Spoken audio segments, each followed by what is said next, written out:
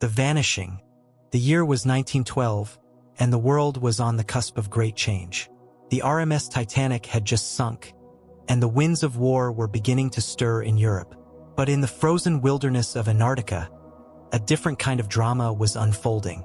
The British Antarctic expedition, led by the seasoned explorer Sir Edward Hartwell, had set out to map the uncharted regions of the continent. Their goal was ambitious: to reach the South Pole and claim it for the British Empire. But as the months passed, communication with the expedition grew sporadic, and then, one day, it ceased altogether. The last message received from Hartwell's team was a cryptic telegram sent from their base camp on the coast. "Have discovered something extraordinary. Proceeding inland. Will report soon." After that, silence. Weeks turned into months, and no further word came from the expedition. Search parties were dispatched, but they found nothing. No survivors, no wreckage, no clues. The expedition had vanished without a trace, swallowed by the icy vastness of Antarctica. The only thing left behind was a single photograph, found in the base camp's darkroom. It showed a strange, towering structure partially buried in the ice. The image was grainy and indistinct, but the shape was unmistakable. It was not natural. The structure appeared to be made of smooth, metallic material, with geometric patterns etched into its surface. The photograph was labeled simply Site Alpha. For decades, the photograph remained a mystery, dismissed by many as a hoax or a trick of the light. But in 2023, a team of modern-day explorers and scientists decided to retrace Hartwell's steps. Led by Dr. Evelyn Carter, a renowned archaeologist and historian, the team set out to uncover the truth behind the Lost Expedition. Their journey would take them deep into the heart of Antarctica, to a place where no human had set foot in over a century. As their plane touched down on the icy runway, Dr. Carter felt a mix of excitement and trepidation. She had spent years studying Hartwell's journals and the enigmatic photograph. Now, standing on the edge of the unknown, she couldn't shake the feeling that they were on the brink of something monumental. The team established a base camp near the coordinates of Hartwell's last known location, and after days of preparation, they began their trek inland. The journey was grueling. The Antarctic landscape was unforgiving, with howling winds and temperatures that plunged to -40 degrees Celsius. The team battled frostbite, exhaustion, and the ever-present threat of crevasses hidden beneath the snow. But as they pressed on, they began to notice strange anomalies. Their compasses behaved erratically, and their GPS devices malfunctioned. The air seemed to hum with an almost imperceptible vibration, as if the very ground beneath their feet was alive. Finally, after weeks of trekking, they reached the coordinates of Site Alpha. At first, there was nothing but endless ice and snow, but as they scanned the horizon, one of the team members spotted something. A dark, angular shape jutting out of the ice. Dr. Carter's heart raced as they approached. It was the structure from the photograph, exactly as it had appeared over a century ago. The team stood in awe, staring up at the massive edifice. It was unlike anything they had ever seen. The structure was enormous, at least 100 feet tall, with smooth, metallic walls that seemed to shimmer in the pale Antarctic light.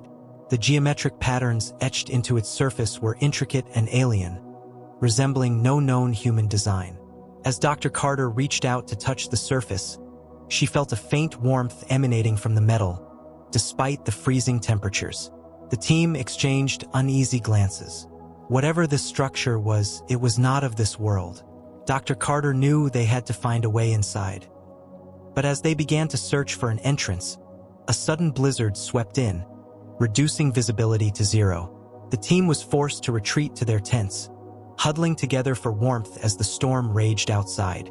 That night, Dr. Carter lay awake, her mind racing with questions. What was this structure? Who or what had built it? And what had happened to Hartwell and his team? The storm lasted for 3 days, trapping the team in their camp. When it finally subsided, they emerged to find the landscape transformed. The snow had shifted, revealing a previously hidden section of the structure. And there, at its base, was an entrance, a narrow, dark passageway leading into the heart of the edifice. Dr. Carter felt a surge of adrenaline. This was it. The answers they had been searching for lay just beyond that doorway. But as they prepared to enter, one of the team members pointed to something in the snow. It was a piece of fabric, frozen and brittle with age. Dr. Carter picked it up and examined it closely. It was a fragment of a British flag, the same kind used by Hartwell's expedition. Her hands trembled as she realized what this meant.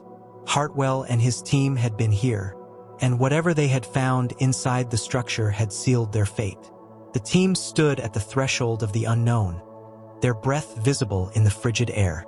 Dr. Carter took a deep breath and stepped forward, leading the way into the darkness. The passageway was narrow and icy, the walls smooth and cold to the touch. As they ventured deeper, the air grew warmer, and the walls began to emit a faint, bluish glow. The team's flashlights flickered, then died, leaving them in the eerie light of the structure itself. After what felt like an eternity, they emerged into a vast chamber. The walls were lined with strange, hieroglyphic-like symbols that pulsed with light. In the center of the room was a pedestal, upon which rested a large, crystalline object. Dr. Carter approached it cautiously, her heart pounding in her chest. As she reached out to touch the crystal, a sudden flash of light filled the room, and she was overcome by a wave of dizziness. When the light faded, Dr. Carter found herself standing in a different place. The chamber was gone, replaced by a vast, alien landscape. The sky was a deep, swirling purple, and the ground was covered in strange, bioluminescent plants. In the distance, she could see towering structures similar to the one they had entered, but these were intact, gleaming in the alien sunlight. Dr. Carter realized with a shock that she was no longer on Earth. Before she could process what was happening, a voice echoed in her mind. It was deep and resonant, speaking in a language she didn't understand, yet somehow comprehended. "Welcome, traveler. You have come far to seek the truth. But be warned, the truth is not what you expect." Dr. Carter's vision blurred, and she felt herself being pulled back. The alien landscape faded, and she found herself back in the chamber, surrounded by her team. They were staring at her in shock, their faces pale. One of them handed her a piece of paper, a sketch they had found on the pedestal.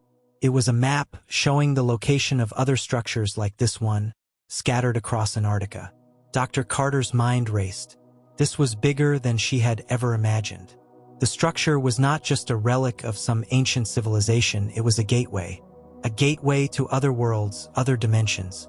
And Hartwell's expedition had stumbled upon it, with disastrous consequences. She knew they had to proceed carefully. The secrets hidden within this structure could rewrite human history or destroy it. As the team prepared to explore further, Dr. Carter couldn't shake the feeling that they were being watched. The walls seemed to pulse with a life of their own, and the air was thick with an almost palpable energy. She glanced at the map in her hands, her resolve hardening. Whatever lay ahead, they would face it together. The Lost Expedition of Antarctica had left behind a mystery that had waited over a century to be solved. And now, it was their turn to uncover the truth. The gateway. The team stood in the glowing chamber, their breaths visible in the cold air despite the strange warmth emanating from the walls. Dr. Evelyn Carter clutched the map tightly, her mind racing with possibilities. The crystalline object on the pedestal still pulsed faintly, as if alive, and the hieroglyphic symbols on the walls seemed to shift and change when she looked at them too long. The air hummed with an almost electric energy, and the weight of what they had just experienced. Dr. Carter's brief journey to another world hung heavily over them. "What the hell just happened?" asked Marcus, the team's geologist, his voice trembling. He was a pragmatic man, not easily shaken, but the sight of Dr. Carter seemingly vanishing and reappearing had left him visibly unnerved. "I don't know," Dr. Carter admitted, her voice steady despite the turmoil inside her. "But whatever this place is, it's not just a structure. It's a gateway, portal to somewhere else. And Hartwell's team found it. They must have." The team exchanged uneasy glances. The implications were staggering. If this structure was indeed a portal, it suggested the existence of technology, or perhaps even a civilization, far beyond anything humanity had ever encountered. And if Hartwell's team had discovered it in 1912, what had happened to them? Had they stepped through the gateway? And if so, why had they never returned? Dr. Carter unfolded the map they had found on the pedestal. It was a detailed sketch, showing not only the structure they were in but several others scattered across Antarctica. Each site was marked with strange symbols, similar to the ones on the walls. One symbol, larger than the rest, was circled repeatedly, as if to emphasize its importance. Dr. Carter recognized the coordinates. It was deep in the continent's interior, in an area that had never been fully explored. "We need to go there," she said, pointing to the circled symbol. If Hartwell's team found this map, they would have gone to this location too. It might hold the answers we're looking for. The team agreed, though not without hesitation. The journey would be dangerous, and they were already stretched to their limits. But the discovery of the gateway had ignited a fire in them, a determination to uncover the truth no matter the cost. They spent the next few hours preparing, gathering supplies, and documenting their findings. As they worked, Dr. Carter couldn't shake the feeling that they were being watched. The walls seemed to pulse in time with her heartbeat, and the faint hum in the air grew louder the longer they stayed. Finally, they were ready to leave. As they exited the structure, the Antarctic wind hit them like a wall, a brutal reminder of the harsh reality outside. The team set out across the icy expanse, following the coordinates on the map. The journey was grueling, with temperatures plummeting and the terrain becoming increasingly treacherous. But the map proved accurate, guiding them through hidden passes and around deadly crevasses. After days of travel, they reached the location marked on the map. At first, there was nothing but endless ice and snow, but as they scanned the horizon, they spotted it, a massive, dome-like structure, partially buried in the ice. It was larger than the first structure, its surface covered in the same geometric patterns. The team approached cautiously, their breath visible in the freezing air. As they drew closer, they noticed something strange. The ice around the structure was not natural. It had formed in layers, as if it had been deliberately shaped. And there, at the base of the dome, was an entrance, a massive arched doorway sealed by a slab of ice. The team worked quickly to melt the ice using portable heaters and chisels. As the last of the ice fell away, the doorway was revealed, its surface covered in the same alien symbols. Dr. Carter stepped forward, her heart pounding. She placed a hand on the door, and to her surprise, it responded. The symbols lit up, and the door slid open with a low, resonant hum. The team stepped inside, their flashlights cutting through the darkness. The interior of the dome was vast, with towering walls that seemed to stretch endlessly upward.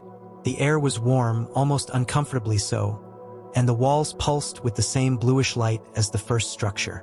As they ventured deeper, they began to find evidence of human presence. Crates of supplies, frozen and brittle with age, were stacked against the walls. They bore the insignia of Hartwell's expedition. Nearby, they found a journal, its pages brittle and yellowed. Dr. Carter carefully opened it, her hands trembling. The handwriting was Hartwell's, and the entries were dated just days before the expedition's disappearance. "We have found it," the first entry read. "The gateway to another world.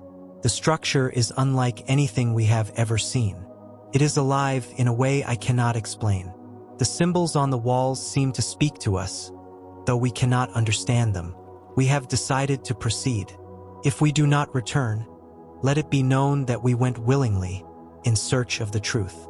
The entries grew more frantic as they went on.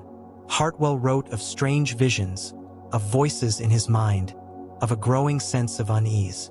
The final entry was barely legible, the handwriting shaky and hurried. "We were wrong. The gateway is not what we thought. It is a prison. Something is trapped here, something ancient and malevolent. It is trying to escape. We must seal the gateway, but I fear it is too late. If anyone finds this journal, do not open the gateway. Do not." The entry ended abruptly, the final page torn away. Dr. Carter felt a chill run down her spine. She looked up at the team, their faces pale in the dim light. "We need to find out what happened to them," she said. "But we have to be careful. Whatever Hartwell encountered, it's still here." The team pressed on, their unease growing with every step. The dome seemed to stretch on forever, its walls lined with more of the alien symbols. Finally, they reached the center of the structure. There, they found a massive chamber, its walls covered in intricate carvings that seemed to tell a story. At the center of the room was another pedestal, this one holding a large, crystalline orb. The orb pulsed with light, casting eerie shadows on the walls. As Dr. Carter approached the orb, she felt a sudden, overwhelming sense of dread. The air grew heavier, and the hum in the walls became a deafening roar.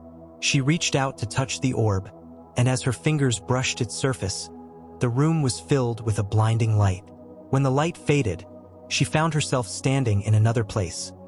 A vast, cavernous space filled with towering machines and strange, alien artifacts. The air was thick with the scent of ozone, and the ground beneath her feet vibrated with energy. Before she could take it all in, she heard a voice. A deep, resonant voice that seemed to come from everywhere and nowhere at once. "You should not have come here," it said. "This place is not for you." Dr. Carter turned, and her blood ran cold. Standing before her was a figure, tall and humanoid, but unlike anything she had ever seen. Its skin was pale and translucent, its eyes glowing with an otherworldly light. It wore a suit of armor that seemed to be made of the same material as the structure, and in its hand, it held a weapon that hummed with energy. "Who are you?" Dr. Carter asked, her voice trembling. The figure tilted its head, as if considering her question. "I am the guardian of this place," it said, "and you have awakened something that should have remained dormant." Before Dr. Carter could respond, the figure raised its weapon, and the room was filled with a blinding light. She felt herself being pulled back, the alien landscape fading around her. When she opened her eyes, she was back in the dome, surrounded by her team. They were staring at her in shock, their faces pale. "What happened?" Marcus asked, his voice barely above a whisper. Dr. Carter took a deep breath, trying to steady herself. "We're not alone," she said. "There's something here, something ancient and powerful, and it doesn't want us here." The team exchanged uneasy glances. They knew they were in over their heads, but they also knew they couldn't turn back now. The secrets of the dome and the fate of Hartwell's expedition were within their grasp. But as they prepared to explore further, the walls of the dome began to shake, and the hum in the air grew louder. The Guardian's warning echoed in Dr. Carter's mind. "You have awakened something that should have remained dormant." The awakening. The dome shuddered violently, the walls groaning as if the structure itself were alive. The team clung to each other, their flashlights flickering in the chaos. Dr. Evelyn Carter's mind raced as she tried to process what had just happened. The Guardian's words echoed in her head. "You have awakened something that should have remained dormant." Whatever they had triggered, it was clear they were in grave danger. "We need to move," Dr. Carter shouted over the deafening hum. "This place isn't stable." The team scrambled to gather their equipment, their movements frantic. The air grew hotter, and the walls pulsed with an intense, bluish light. The hieroglyphic symbols began to shift and rearrange themselves, as if responding to some unseen force. Dr. Carter glanced at the crystalline orb on the pedestal. It was glowing brighter now, its light almost blinding. "What the hell is that thing doing?" Marcus yelled, shielding his eyes. "I don't know, but we need to get out of here." Dr. Carter replied. She grabbed the journal they had found and stuffed it into her pack. "This way." They ran toward the entrance, but the dome seemed to shift around them, the corridors twisting and turning in ways that defied logic. It was as if the structure was actively trying to trap them. The team stumbled through the maze-like passages, their breath coming in ragged gasps. The walls closed in around them, the hum growing louder and more oppressive. Finally, they burst into the central chamber where they had first entered. The arched doorway was still open, but beyond it, the Antarctic landscape was no longer visible. Instead, there was a swirling vortex of light and shadow, like a portal to another world. The team hesitated, unsure of what to do. "We can't go back the way we came," Dr. Carter said, her voice firm. "We have to go through." "Are you insane?" Marcus shouted. "We have no idea where that leads." "Do you have a better idea?" Dr. Carter shot back. "This place is collapsing, and we're running out of time." The team exchanged uneasy glances, but they knew she was right. With no other options, they stepped through the portal. The sensation was unlike anything they had ever experienced. It felt as though they were being pulled apart and reassembled at the same time. The world around them dissolved into a blur of light and sound, and for a moment, they were weightless, suspended in a void. When the sensation faded, they found themselves standing in a vast, alien landscape. The sky was a deep, swirling purple, and the ground was covered in strange, bioluminescent plants.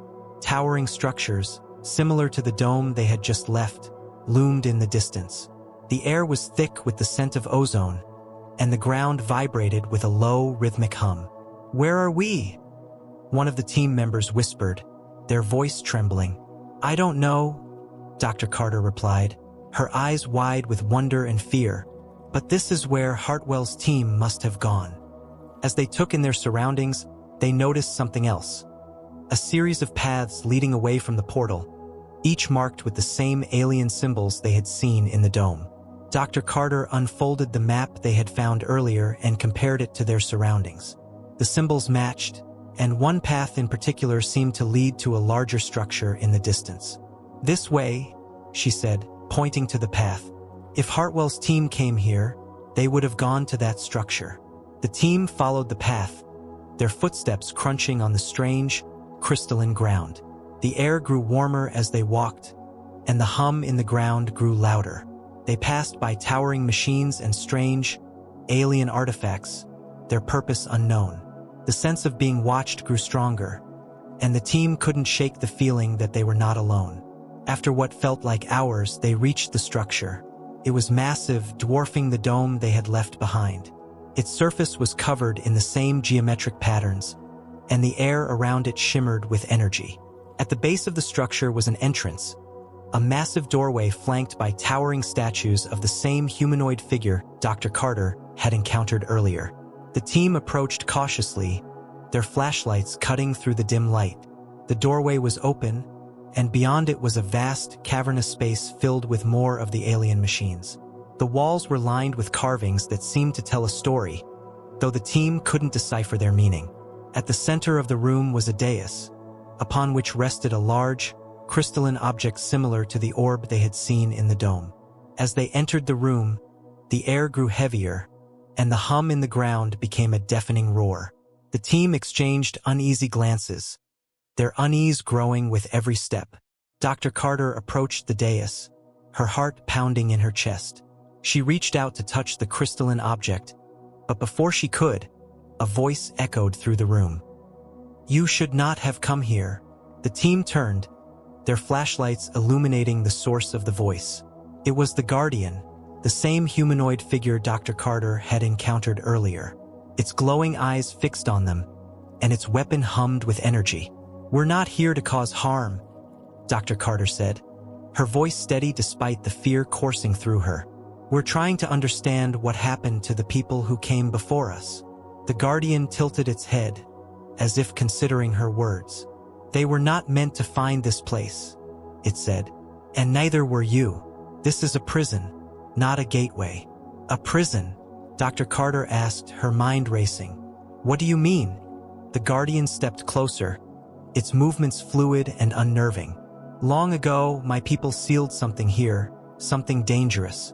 It is a being of immense power, capable of consuming worlds. The structures you have seen are not gateways. They are seals, designed to keep it contained."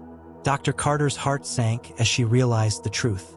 Hartwell's team had stumbled upon one of the seals, and in their curiosity, they had weakened it. That was why the Guardian had warned them.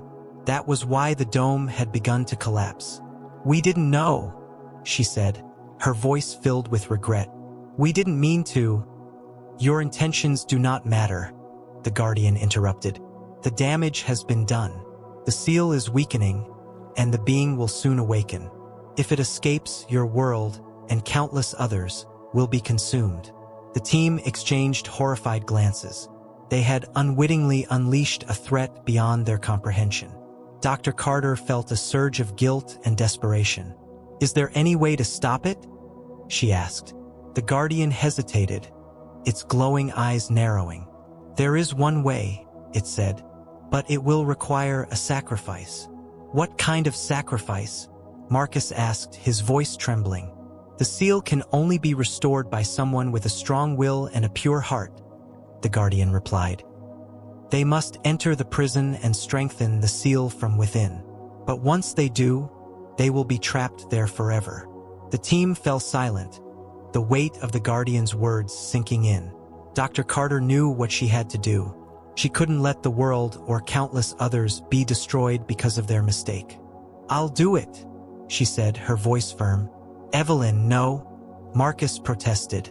"There has to be another way."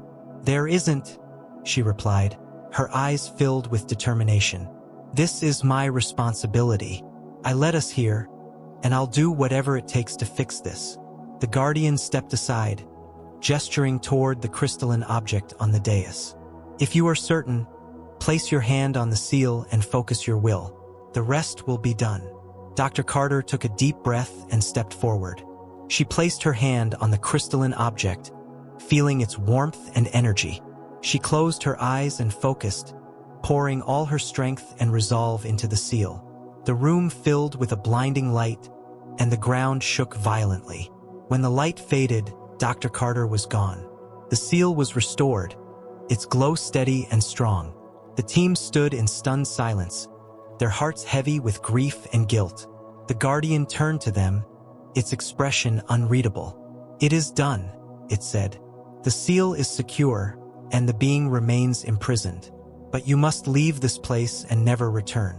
The knowledge of what lies here is too dangerous." The team nodded, their faces pale. They knew they had no choice. As they turned to leave, the Guardian raised its hand, and the portal reappeared. They stepped through, returning to the icy wilderness of Antarctica. The dome was gone, swallowed by the ice and snow. The team stood in silence, the weight of what had happened pressing down on them. They had uncovered a secret that could rewrite human history, but at a terrible cost. As they made their way back to their base camp, Marcus glanced at Dr. Carter's pack, which still held Hartwell's journal. He knew they had to share what they had learned, but he also knew the world wasn't ready for the truth. Some secrets were better left buried. The burden of truth. The team trudged back to their base camp in silence, the weight of Dr. Evelyn Carter's sacrifice heavy on their shoulders.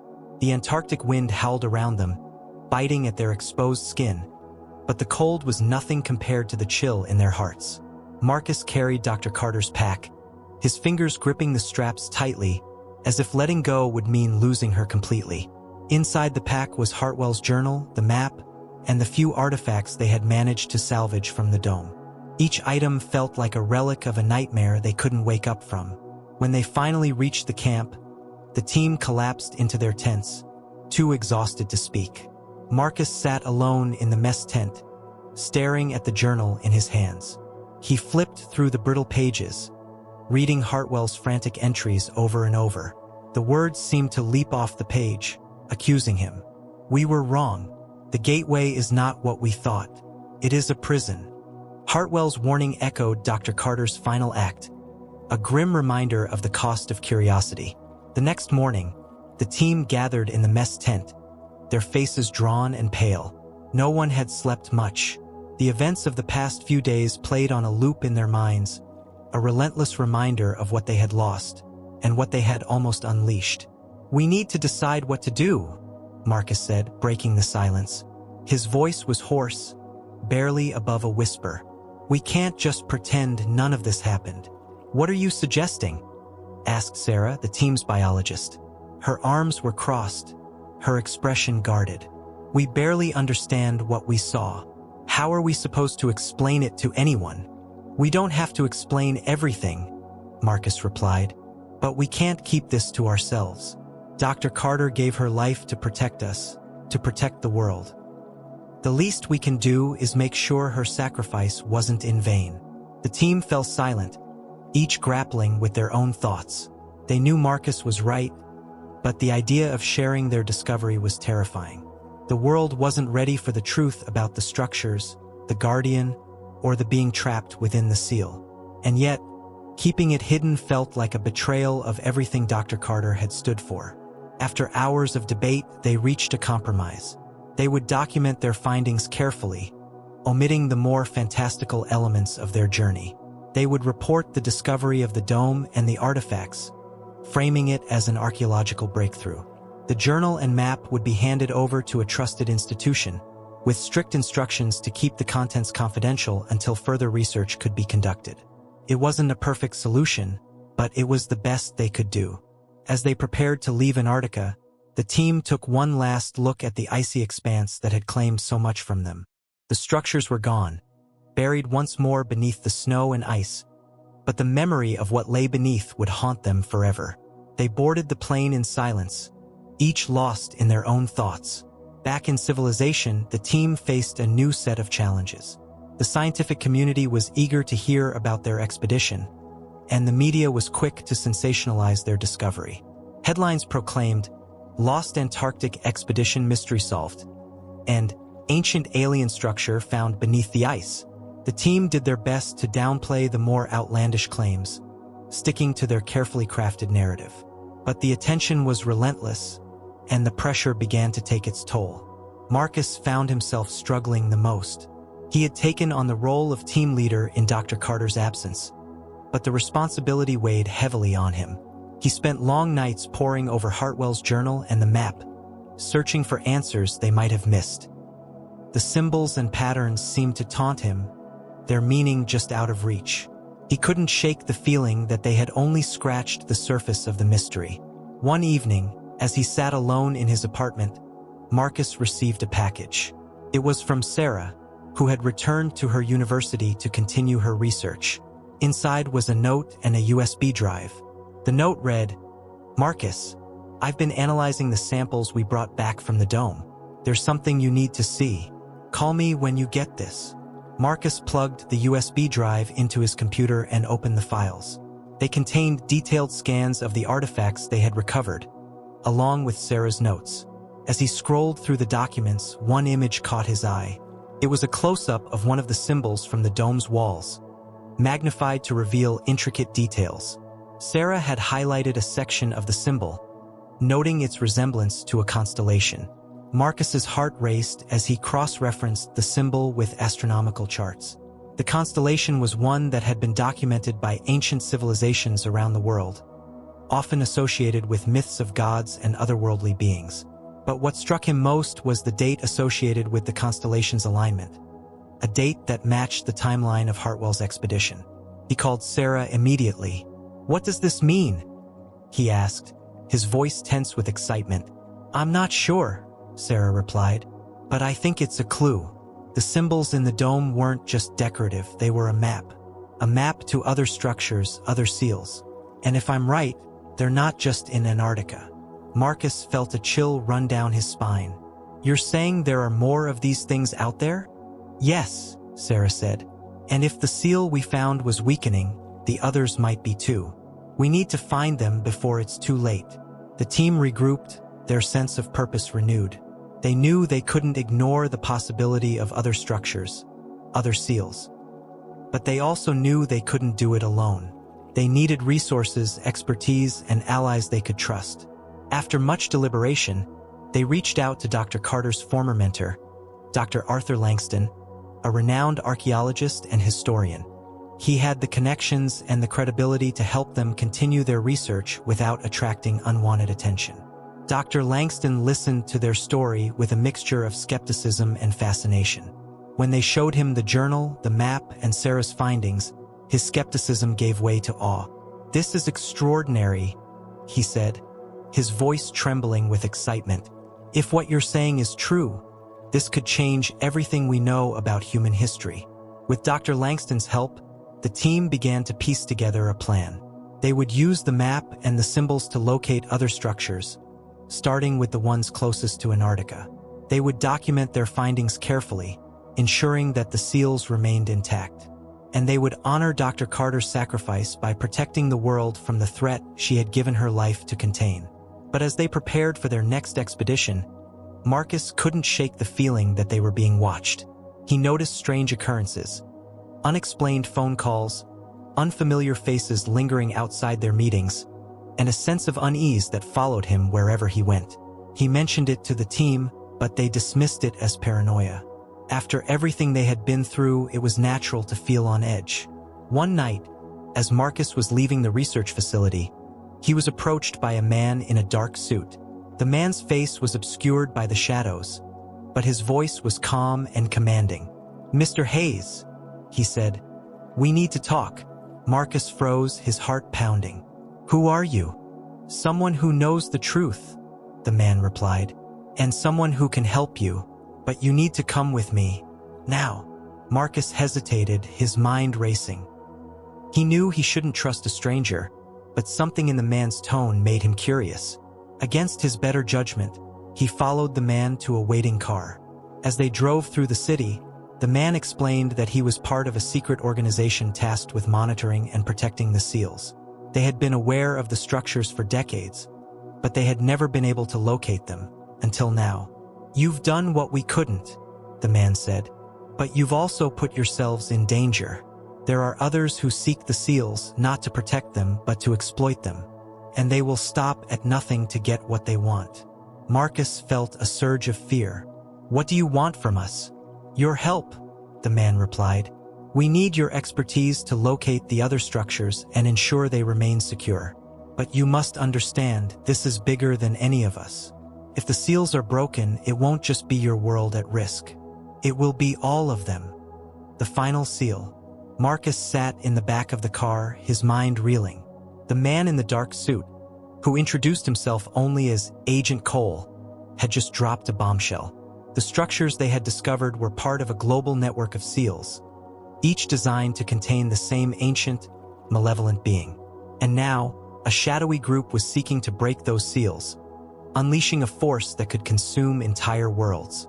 As the car pulled up to an unassuming building on the outskirts of the city, Marcus felt a mix of fear and determination. He had come this far, and there was no turning back now. The team had already lost Dr. Carter. He couldn't let her sacrifice be in vain. Inside the building, Marcus was led to a conference room where the rest of the team was waiting. Sarah, Dr. Langston, and the others looked just as bewildered as he felt. Agent Cole stood at the head of the table, his expression grave. "Thank you for coming," Cole said. "I know this is a lot to take in, but time is of the essence. We've been monitoring the seals for decades, but we've never had the resources or the knowledge to locate them all. Your discovery in Antarctica has changed that, but it's also drawn the attention of those who would see the seals destroyed." "Who are these people?" Sarah asked, her voice tense. "They call themselves the Ether Collective," Cole replied. "They believe the being trapped within the seals is a source of unlimited power, and they're willing to risk everything to harness it. We've managed to stop them before, but they're getting closer. If they succeed, it won't just be our world at risk. It will be every world connected by the seals." Marcus leaned forward, his hands clenched into fists. "What do you need from us?" "Your expertise," Cole said. "You've already proven you can locate the seals. We need you to help us find the others before the collective does. And we need you to help us protect them." The team exchanged uneasy glances. They had already been through so much, and the idea of diving back into the unknown was terrifying. But they also knew they couldn't walk away. Dr. Carter's sacrifice had given them a responsibility, one they couldn't ignore. "We'll do it," Marcus said, his voice firm. "But we need to know everything you know. No more secrets." Cole nodded. "Agreed. Let's get to work." Over the next few weeks, the team worked closely with Cole's organization, which they learned was called the Sentinel Initiative. Using the map and the symbols from the dome, they began to piece together the locations of the other seals. Each structure was hidden in remote, inhospitable locations. Deep in the Amazon rainforest, beneath the sands of the Sahara, and even at the bottom of the ocean. The team divided into smaller groups, each tasked with investigating a specific site. Marcus and Sarah were assigned to a site in the Himalayas, where a seal was believed to be hidden within a network of ancient caves. The journey was grueling, with treacherous terrain and unpredictable weather. But as they ventured deeper into the caves, they found evidence of the Ether Collective's presence. Abandoned equipment, graffiti-like markings on the walls, and signs of recent excavation. "They've been here," Sarah said, her voice tense. "We're too late." "Not yet," Marcus replied. "We need to find the seal before they do." They pressed on, following the symbols carved into the cave walls. Finally, they reached a massive chamber, its walls covered in the same geometric patterns they had seen in Antarctica. At the center of the room was a pedestal, upon which rested a crystalline object similar to the one in the dome. But the object was cracked, its light flickering weakly. "The seal is weakening," Sarah said, her voice filled with dread. "If it breaks..." Before she could finish, the ground shook violently, and the air was filled with a deafening roar. The walls of the chamber began to collapse, and Marcus and Sarah were forced to retreat. As they ran, they heard voices behind them, members of the Ether Collective, armed and determined. "We need to seal the chamber," Marcus shouted. "If they get to the seal, it's over." Sarah nodded, her face pale but determined. They doubled back, using explosives to collapse the entrance to the chamber. The Ether Collective members were trapped inside, their shouts echoing through the caves. But Marcus knew it was only a temporary solution. The seal was still weakening, and it was only a matter of time before the being broke free. Back at the Sentinel Initiative's headquarters, the team regrouped. Each group reported similar findings. The seals were weakening, and the Ether Collective was closing in. Time was running out. "We need a new plan," Marcus said, his voice filled with urgency. "We can't keep playing defense. We need to stop the collective for good." Cole nodded. "We've been working on a way to strengthen the seals, but it requires accessing the central hub, the first seal, the one that controls all the others. If we can secure it, we can reinforce the entire network." "Where is it?" Sarah asked. "In Antarctica," Cole replied. "Beneath the ice, where your journey began." The team exchanged uneasy glances. Returning to Antarctica meant facing the memories of Dr. Carter's sacrifice and the horrors they had encountered. But they knew it was the only way. The journey back to Antarctica was a somber one. The team landed near the site of the original dome, now buried beneath layers of ice and snow. Using advanced drilling equipment, they began to excavate the site, working around the clock to reach the central hub. As they descended into the icy depths, they found themselves in a vast, cavernous space. The walls were lined with the same alien symbols, and the air hummed with energy. At the center of the room was a massive crystalline structure, the central hub. But it was surrounded by members of the Ether Collective, who had arrived ahead of them. A fierce battle ensued, with the team fighting to reach the hub while the collective tried to stop them. Marcus and Sarah managed to break through, using their knowledge of the symbols to activate the hub. The room filled with a blinding light, and the hum in the air grew deafening. As the light faded, the team found themselves standing in a vast, alien landscape, the same one Dr. Carter had glimpsed before her sacrifice. The Guardian was there, its glowing eyes fixed on them. "You have come far," it said, "but the final test remains. To strengthen the seals, one of you must take the place of the Guardian. You will remain here, forever, to ensure the being remains imprisoned." The team fell silent, the weight of the Guardian's words sinking in. Marcus stepped forward, his heart pounding. "I'll do it," he said. "I'll take your place." "Marcus, no," Sarah shouted, her voice filled with anguish. "It's the only way," he replied, his voice steady. "This is what Dr. Carter would have wanted. This is what we came here to do." The Guardian nodded, its expression unreadable. "Step forward, then, and take your place." Marcus took a deep breath and stepped onto the dais. The room filled with light, and he felt a surge of energy as the seals were reinforced. When the light faded, Marcus was gone, and the Guardian stood in his place. The team returned to the surface, their hearts heavy with grief, but also filled with a sense of purpose. The SEALs were secure, and the Ether Collective had been defeated. But the cost had been high. As they boarded the plane to leave Antarctica, Sarah looked out at the icy expanse one last time. She knew they had done what needed to be done, but the memories of Dr. Carter and Marcus would stay with her forever. The world would never know the truth about the SEALs or the sacrifices made to protect it. But the team knew, and that was enough.